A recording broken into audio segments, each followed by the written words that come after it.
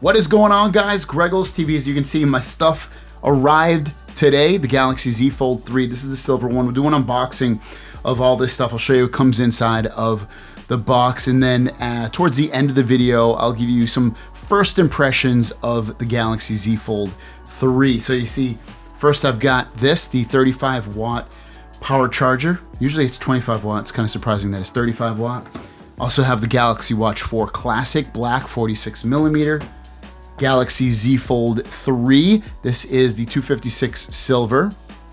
And then lastly, we have the flip cover with S Pen. I thought I was getting the headphones. I guess I get those tomorrow. I thought I was getting it up with 2 pairs, but I ended up with this. I'd rather have the headphones. I guess mistakenly chose this by accident. With that said, let's start the unboxing. Here's the charger. Does not come with a USB-C cable, but you can plug in a USB-C device or regular USB on there. So, and this does not go up and down, so it's just, it's a charging brick basically. And right here it says maximum 35 watt, maximum 15 watt. Next up, we'll unbox the Galaxy Watch 4 Classic. You get a quick start guide, your USB charging adapter, and then you got your watch. It does have the rotating bezel.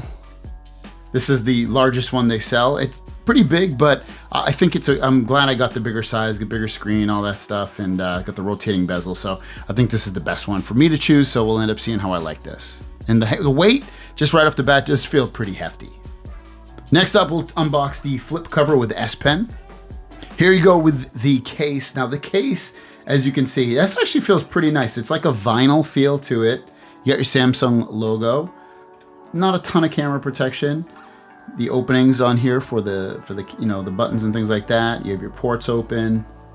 It is obviously kind of like a folio case, so it's going to block that front screen when you're not using it. I'm not a huge fan of that, but I guess if you are, you can have a ton of protection. And then obviously you can house the S Pen in here. It looks like that, and seems like it's staying in, but we'll obviously put it through its paces. Here is the S Pen. It's pretty thick. Reminds me of the S Pen that comes with the tablets that they have. Pretty plain and basic. And then lastly, we have the Galaxy Z Fold 3. Here you can see this is the silver one, but as you shine it in the light, you can see a lot of pink in there. Mostly pink colors. I feel like you can see maybe a little bit of green and blue, just slightly, but definitely more pink. Very, very pretty color for this phone so far. And then you have, it's funny, right when this is on, you can see the camera when the screen's off, you can totally see it. You can obviously see that camera as well, because that's supposed to be able to be seen. You can see the button layout. The buttons are a lot more smooth this year, which is nice. I saw this on my initial feeling of the phone when I was at Best Buy.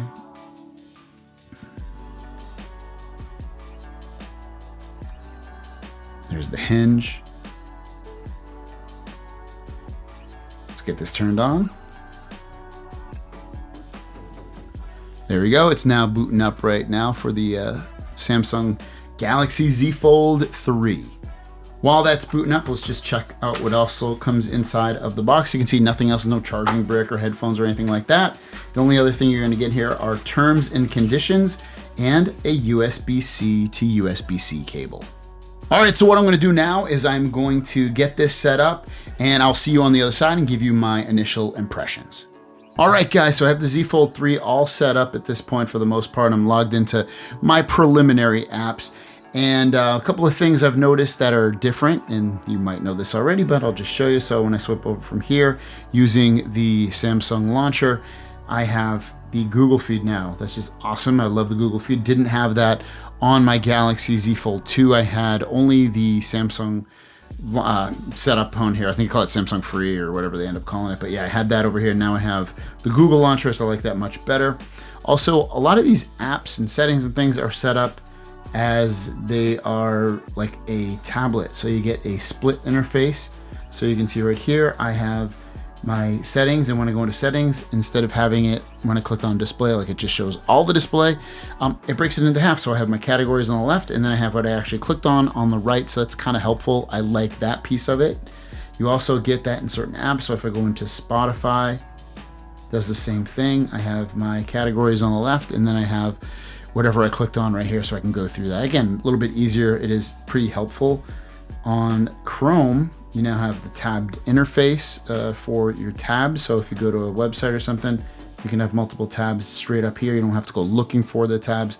Again, they'll be all right here. So that's very, very helpful. Some other things that I noticed is when you go into the camera, a couple things here. If you go to the front camera and you're on video, you can only go up to 1080 60 or 1080 30. It does not have 4K on the under display camera. And I knew this already, but when you do launch the camera, you can see it does show where the camera cutout is at the top right. Speaking of the camera, why don't we do this and do a little sample video, photos of what I did with the front cameras, this camera, and the back cameras as well.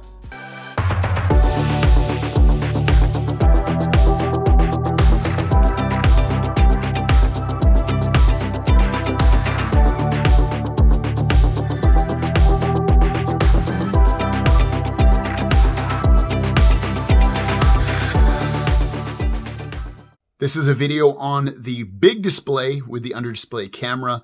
Little disappointing. This only on my phone anyway, goes up to 1080p 60. You can also do 1080p 30, but yeah, 1080p is the highest resolution for video on the big display under camera. And here is the front camera. This one can go up to 4K 60, 4K 30.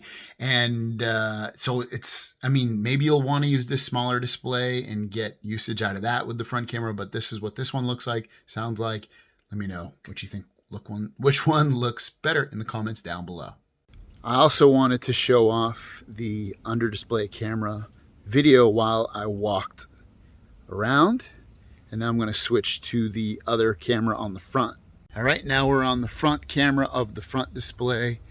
And I mean, I'll see what it looks like, but on this one, I feel like it looks a little bit lighter versus the other one looks a little bit darker. And then here's a little video with the back camera is shooting 4K.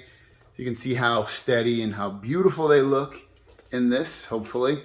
Let me know what you think. Which ones look the best, the front, back? Let me know. Next, let's talk about the displays. The displays on this are really, really nice.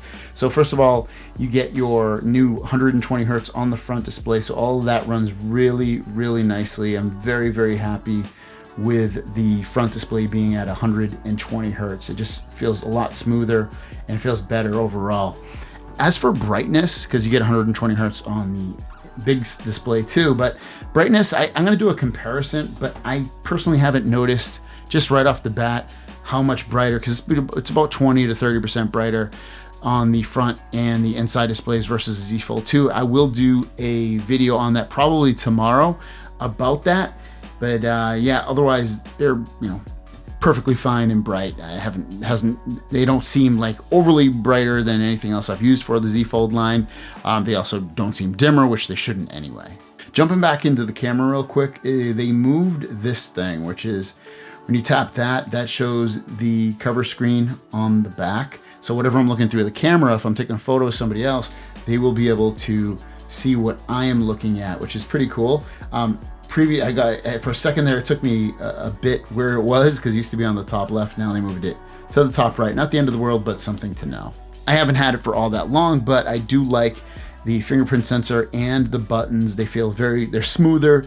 They very, very accurate in terms of the fingerprint sensor. So I've had no issues with that. It was also pretty accurate on this Galaxy Z Fold 2, but supposedly it's changed a little bit. It's a little bit different, and I don't know. Again, no issues with it thus far, and the buttons feel great. The speakers now have more pinholes, so theoretically they should have a larger, bigger sound.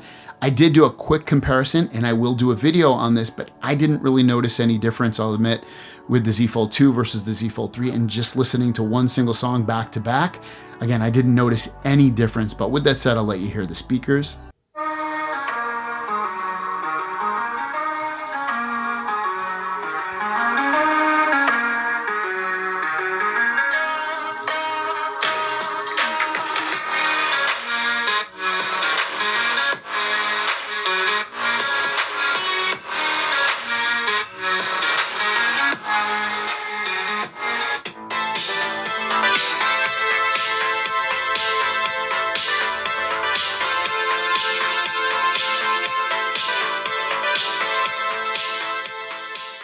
And maybe my opinion will change on the speakers as I compare them, more in depthly in the video I release tomorrow. But right now, again, just one song, didn't really notice that big a difference. And the reason I pull this way from the camera is because I have the microphone pointed towards where I am. That's why you didn't see it there for a second. The body of the phone is fantastic. I love that it's not a fingerprint magnet on here, and you get some amazing colors as well with this silver one. Holding these two phones, the Z Fold 2 and Z Fold 3 in my hand, I personally don't notice much of a difference at all in terms of weight. If anything, I know the Z Fold 3 is lighter, but I don't know, for some reason it actually feels a little bit heavier, but I definitely don't notice really any difference. I will do a full review on this case, but real quickly, as of this moment, I don't like it. When you hold it, you have this piece that stands out. Now you can flip it back so that it goes behind the case, but I don't like it. It gives you a lot of protection. I think people will like that part of it, that it does give you a lot of protection when it's in here. But overall, again, I don't really care for this case. I probably won't use it. I'm not a big S Pen guy, but if you did get the S Pen or you're looking to get it, you have the ability to come in here and draw, take notes, things like that. So do a little drawing on here. Doesn't really seem to be too much of a delay. I think if you're writing notes, you'll probably be happy with how responsive it is. Doesn't seem too bad on there. And the pen, even though it's fairly large, it is pretty comfortable. It feels like a real pen or pencil that you're holding in your hand in terms of the size. Also, this does have a newer processor than the Galaxy Z Fold 2. It has a Snapdragon 888. Just running around, I didn't really notice anything like remarkably faster. It does feel a little bit smoother, but with that said, this phone is brand spanking new versus Z Fold 2, which I've had for basically a year at this point. So it does feel smoother, but I would say it, barely noticeable if I had reset the Z Fold 2. This is what multitasking looks like on here. Choose a video that you want. Click on some social media stuff over here. All that works great. Pull in another app here. Let's bring the calculator in.